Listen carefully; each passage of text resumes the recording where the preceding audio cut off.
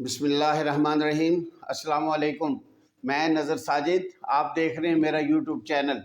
آج کا ٹاپک ہے قائد اعظم محمد علی جناح رحمۃ اللہ علیہ 25 دسمبر، آپ کی حاضر دماغی اور وزڈم۔ اس سلسلے میں چند ایک واقعات جو قائد اعظم رحمۃ اللہ علیہ کے ساتھ منسلک ہیں وہ میں آپ کے ساتھ شیئر کروں گا۔ یہ ان دنوں کا واقعہ ہے جب پروفیسر پیٹر انگلینڈ میں اور قائد اعظم رحمۃ اللہ علیہ وہاں پہ اکٹھے تھے۔ قائد اعظم تعلیم حاصل کر رہے تھے اور پروفیسر پیٹر جو ہے وہ وہاں پہ معلم کی حیثیت سے پڑھا رہے تھے، لیکن پیٹر جو ہے وہ قائد اعظم رحمۃ اللہ علیہ سے جیلسی رکھتے تھے، کیونکہ بینگ اے مسلمان قائد اعظم رحمۃ اللہ علیہ کی وزڈم اور حاضر دماغی سے وہ بہت متاثر تھے، اسی لیے وہ ان سے جیلسی رکھتے تھے۔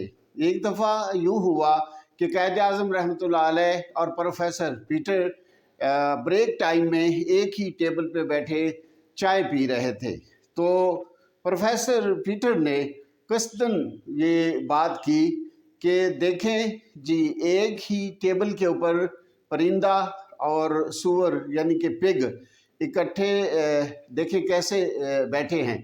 تو حضرت قائد اعظم رحمۃ اللہ علیہ نے فوراً ہی ان کو جواب دیا کہ دیکھیں جی، پرندہ جو ہے وہ اس ٹیبل سے اڑ کر دوسرے ٹیبل پہ بیٹھ جائے گا۔ آپ وہاں سے اٹھے اور دوسرے ٹیبل کے اوپر بیٹھ کر چائے پینے لگے۔ یہ بات پروفیسر پیٹر کو بالکل اچھی نہ لگی اور وہ اپنے ہی آپ میں کڑھنے لگے۔ تو اس طرح ہوا کہ دوسرا واقعہ مسجد اور مندر کی تعمیر کے سلسلے میں ہے۔ ہندو جو ہے وہ ایک متنازع جگہ تھی، وہاں پر جو ہے وہ مندر تعمیر کرنا چاہ رہے تھے، جبکہ مسلمان چاہتے تھے کہ اسی سیم جگہ کے اوپر جو ہے مسجد تعمیر ہو۔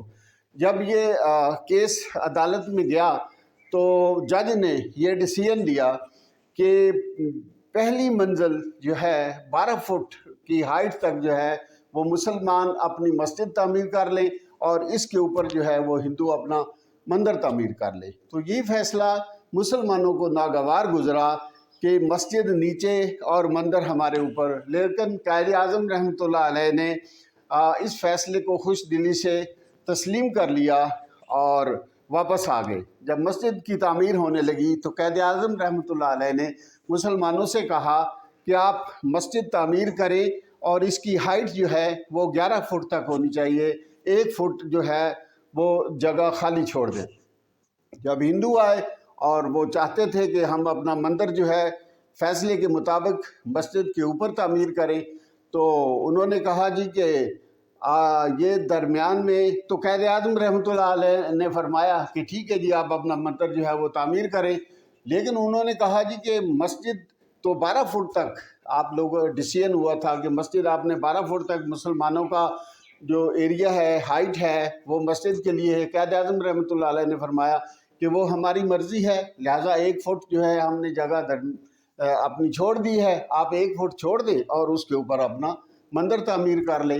تو اس طرح وہ بڑے پریشان ہوئے اور کڑھنے لگے کہ قائد اعظم رحمۃ اللہ علیہ کی وزڈم اور ان کی حاضر دماغی کی وجہ سے وہ جو ہے ہندو اپنا مندر جو تھا وہ تعمیر نہ کر سکے۔ دوسرا واقعہ قائد اعظم رحمۃ اللہ علیہ کی بحیثیت وکالت ہے۔ یہ واقعہ بھی وکالت کے حوالے سے ہی ہے کہ ایک تاجر اپنا کیس لے کر قائد اعظم رحمۃ اللہ علیہ کے پاس آیا اور انہیں کہا جی کہ جب آپس میں فیس کے معاملے میں نیگوسیشن ہونے لگی تو اس نے کہا جی کہ آپ مجھ سے 5,000 روپیہ لے لیں۔ تاجر نے کہا تو قائد اعظم رحمۃ اللہ علیہ نے فرمایا کہ بھئی نہیں، میں 5,000 روپیہ لم سم نہیں لوں گا، بلکہ ایک پیشی کا 500 روپیہ لوں گا۔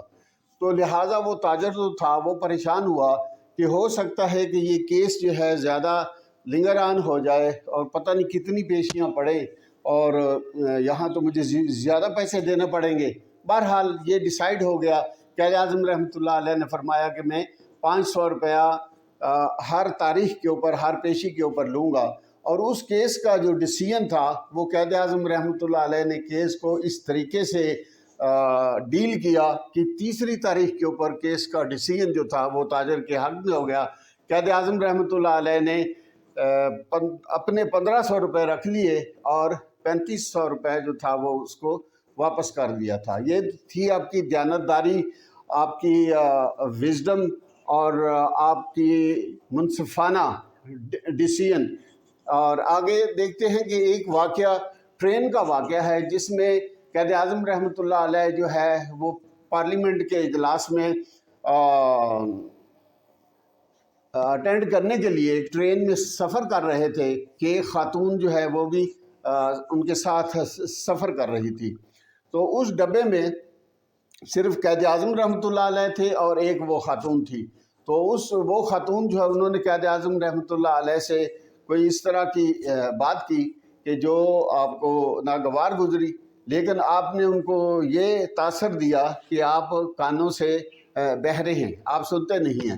اس نے ایک دفعہ بات کی، پھر دوسری دفعہ بات کی، پھر تیسری دفعہ جب اس نے مخاطب کیا تو قائد اعظم رحمۃ اللہ علیہ نے کاغذ کے اوپر اسے کہا کہ یہی بات جو آپ مجھ سے ڈیمانڈ کر رہی ہیں یہ مجھے آپ لکھ کر دے دیں۔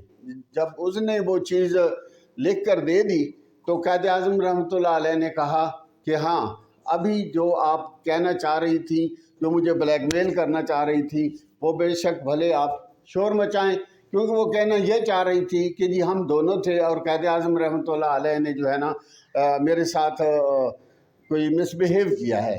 تو بہرحال وہ جب ریٹن ان کے پاس آ گیا، اپنی عقل، اپنی کیا کہتے ہیں جی حاضر دماغی اور اپنی وزڈم کی وجہ سے آپ نے جو ہے وہ عورت جو تھی وہ اپنے مقصد اور اپنے مشن میں کامیاب نہیں ہو سکی۔ اگلا واقعہ جو ہے وہ حکمت اور دولت کا ہے۔ وہی پروفیسر پیٹر جو ہے اگلے دن وہ، کیونکہ انہیں وہ جواب جو تھا قائد اعظم رحمۃ اللہ علیہ کا بالکل ناگوار گزرا تھا، تو انہوں نے کہا جی کہ آج قائد اعظم رحمۃ اللہ علیہ سے جو ہے نا بدلہ لیتے ہیں۔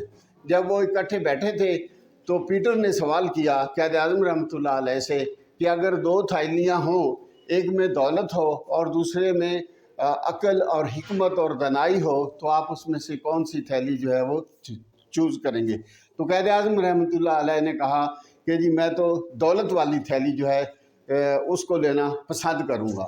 تو اس پر جو ہے تنزن جو پروفیسر پیٹر تھے وہ کہنے لگے دیکھیں جی دولت تو آنی جانی چیز ہے، ایز کمپیئر ٹو دولت جو ہے وہ حکمت اور وزڈم جو ہے وہ زیادہ قیمتی ہے، اس کی زیادہ امپورٹنس ہے۔ تو قائد اعظم رحمۃ اللہ علیہ نے جواب دیا کہ ہمیشہ جس بندے کے پاس جو چیز نہیں ہوتی تو وہ اسی کی وہ خواہش کرتا ہے اور وہی چیز ڈیمانڈ کرتا ہے، کیونکہ عقل، حکمت اور وزڈم میرے پاس موجود ہے تو اس لیے میں تو دولت والی تھیلی ہی لوں گا۔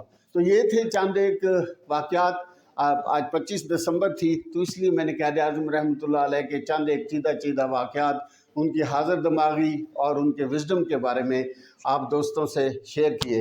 امید ہے یہ میری آج کی ویڈیو، یہ انفارمیشن آپ کو پسند آئی ہوں گی۔